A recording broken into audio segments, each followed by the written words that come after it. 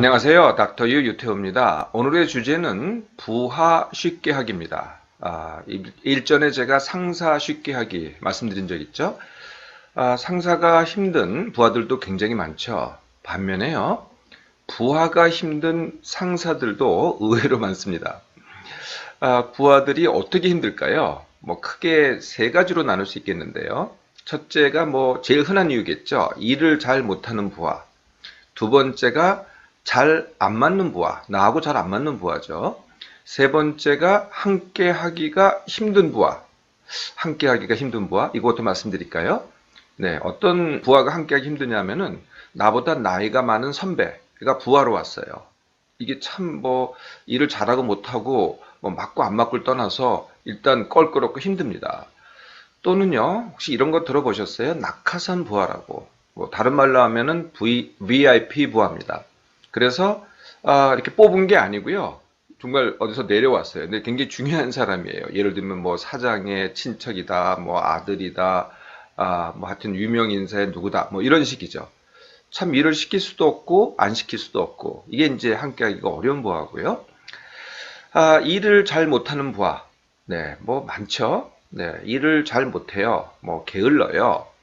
그런데 더 화가 나는 것은 가르쳐도 잘 배우려고 하지도 않아요. 네. 그리고 지각을 반복을 해요. 성실하지가 않죠. 그리고 협력을 잘 안 합니다. 시키는 일만 하고 지 일만 하는 부하. 이게 이제 일을 잘 못하는 부하입니다. 그러면 안 맞는 부하는 뭘까요? 나하고 안 맞는 부하. 나한테 예의가 없어요. 심지어는 뭐라 그러면 대들기까지 해요. 내 욕만 하고 다녀요. 윗사람한테 고자질을 해요. 노조에 가입되어 있으면 노조 일만 해요. 아니면은 자기 권리 주장만 해요. 네, 이런 사람들이 나하고 안 맞는 부하가 되겠죠. 이런 부하하고 함께 있으면은 나는 어떻게 될까요? 네, 정말 힘듭니다. 꼴 보기도 싫고 보기만 해도 화가 치밀고 기력이 소진이 됩니다. 예, 그러다 보니까 이 부하도 일을 안 하고 나도 힘들고 그러니까 업무 성과가 떨어지겠죠? 네, 그러면은 당연히 또 지적을 받습니다. 또 나의 상사가 있잖아요. 네, 너는 왜 이렇게 못하냐? 아니면은 이렇게 리더십이 부족하냐? 이렇게 또 질책을 받죠? 그러면 더 스트레스입니다. 이렇게 내가 스트레스 받고 힘들면은 제가 늘 말씀드리죠. 어떤 일이 나한테 벌어진다고요? 더 먹습니다. 살이 찝니다. 그리고 술도 더하고 담배도 더 핍니다. 그리고 각종 이제 통증과 기능 장애가 와요. 머리도 아프고 뒷목도 아프고 잠도 안 오고 기력도 떨어지고 저항력도 떨어져서 감기도 잘 걸리고 이제 악전고투를 하게 되는 거죠. 이렇게 힘든 부하가 내 밑에 있으면은 나는 참 힘들겠죠. 그런데요, 잘 살펴보면은 부하가 힘든, 예, 물론 힘든 부하의 문제이기도 해요. 그런데 그게 나한테 이유가 있는 경우도 굉장히 많습니다. 네, 최소한 7가지가 있는데요. 네, 첫 번째 이유는요, 나의 기대입니다. 네, 내가 부하에 대해서 나만큼 잘하기를 기대를 하는 거죠.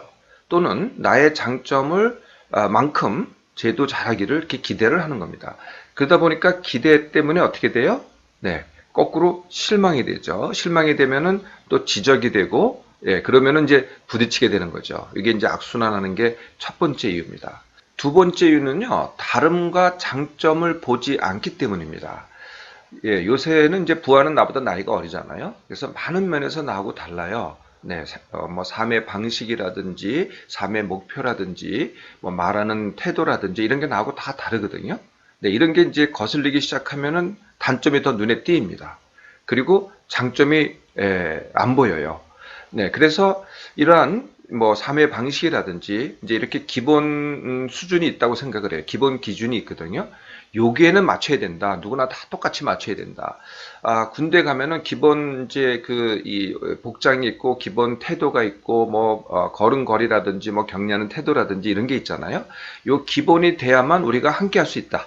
이걸 고집하는 거죠. 그러니까 여기에다 맞추다 보니까 자꾸 충돌이 일어나는 겁니다. 세 번째 이유는요, 소통을 잘 하지 않는 것입니다. 소통이라고 하는 것은 상대방이 무슨 생각을 하고 또는 내가 원하는 것을 갖다가 상대방한테 전달을 하고 이게 이제 소통이잖아요. 네, 이게 잘 안 되는 겁니다. 그런데 두 사람이 있을 때 소통이 잘 안 된다. 그러면 책임이 누구한테 있을까요? 네, 상사인 나한테 있습니다. 왜냐하면 부하는요, 그만한 능력이 아직 없어요. 나는 그런 과정을 거쳐왔잖아요. 네, 그러니까 부하는 뭐 자기 동료들하고 또는 뭐 친구들하고는 소통을 잘할 테지만은 이 상하 관계 소통을 배울 기회를 갖지 못한 거죠. 근데 나는 그거를 거쳐왔기 때문에 그 책임이 나한테 있는 겁니다. 네 번째 이유는요, 자율성과 책임을 부여하지 않기 때문입니다. 일단 잘 못하는 게 자꾸 눈에 띄잖아요. 네, 그러면 안심이 안 돼요. 그러면 뭘 책임을 맡길 수가 없어요. 자꾸 감독을 하게 되고 지시를 하게 되고, 네, 그러다 보면은 부하가 점점 더 위축이 되는 거죠. 이게 네 번째 이유입니다. 다섯 번째 이유는요, 적재적소에 인재를 쓰지 않는 겁니다. 잘 안 맞는 그 임무를 갖다가 능력이 부족한 사람한테 맡기니까 어떻게 돼요? 네, 그 부하가 하기가 어렵습니다. 또 성과도 안 내겠죠. 네, 상호 보완이 안 되니까 전체 성과도 떨어집니다. 그러면 나도 힘들고 부하도 힘들고 이렇게 되는 거죠. 여섯 번째는요, 부하를 배려하지 않는다는 겁니다. 부하가 원하는 게 뭐겠어요? 나랑 똑같습니다. 성장과 승진을 원합니다. 내가 그렇듯이요. 부하도 그걸 원하는 거거든요. 근데 여기에는 관심이 없는 겁니다. 또 부하도요, 내가 그렇듯이 나도 내 삶이 있잖아요. 내 가족이 있고, 네, 부하도 똑같습니다. 부하의 삶이 있고 부하의 개인적인 가족이 있습니다. 이거에 대한 배려가 없다. 예, 그러면은 또 서로가 힘들게 됩니다. 마지막 일곱 번째는요, 내가 부하한테 의존하기 때문입니다. 네, 의존한다는 것은 내가 할 일을 부하한테 시키는 거죠. 그러거나 내 개인적인 일이 있어요. 그럼 내가 해야 되잖아요. 이걸 내가 하지 않고 부하한테 의존하는 겁니다. 이게 중요한 이유가 되는 거죠. 자, 이제 부하의 원인 그리고 나의 원인을 다 알았으니 부하 쉽게 하기를 한번 해볼까요? 네, 첫 번째는요, 부하 제대로 알기입니다. 한 사람 한 사람 이게 똑같을 수가 없거든요. 부하 제대로 알기. 그 시작은요, 일단 우리가 같은 부서에 들어왔고 또는 같은 회사에 들어왔으니 다 같은 생각을 해야 된다 에서 출발하는 게 아니고요.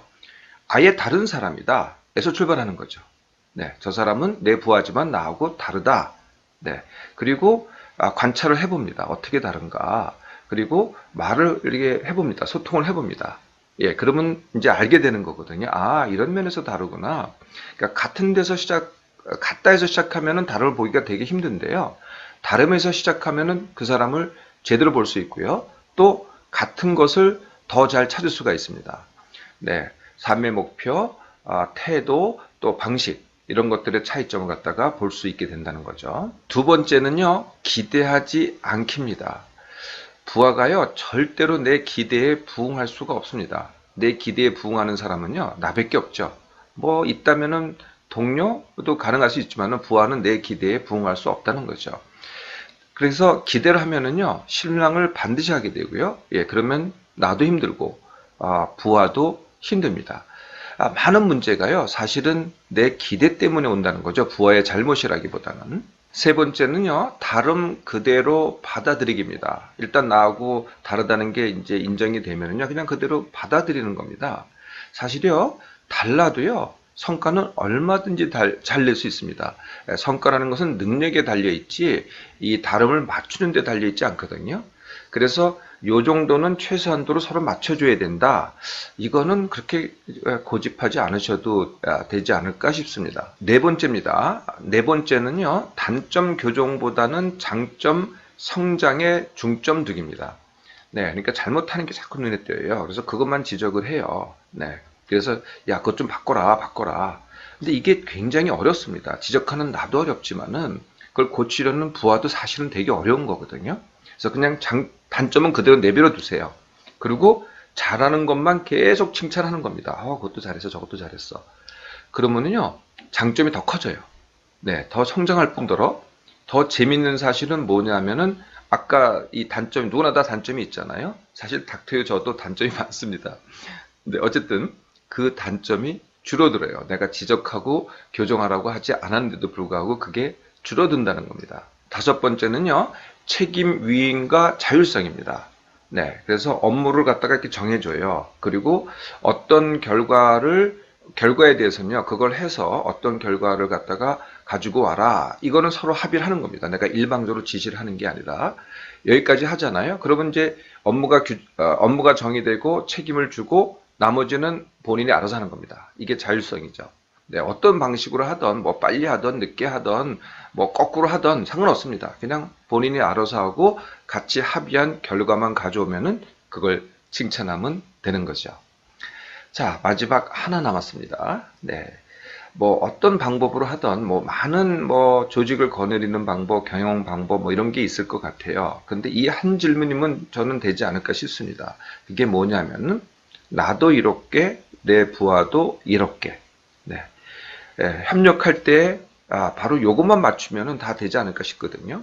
근데 많은 경우에는 나는 이롭고 부하는 해롭고 또는 거꾸로 부하는 이롭고 나는 해롭고 네, 어느 경우도 바람직하지 않죠. 근데 최악이 있습니다. 이게 뭐냐면요. 나도 해롭고 부하도 해롭고 네, 이것만큼은 하지 말아야 되겠죠. 내 부하가 나에게 힘든 대부분의 이유는 사실은 부하라기보다는요. 나의 문제입니다. 아무리 나쁘고 능력이 없는 부하라고 하더라도요. 내가 달리 하잖아요. 네, 그러면은 내 부하도 달라집니다.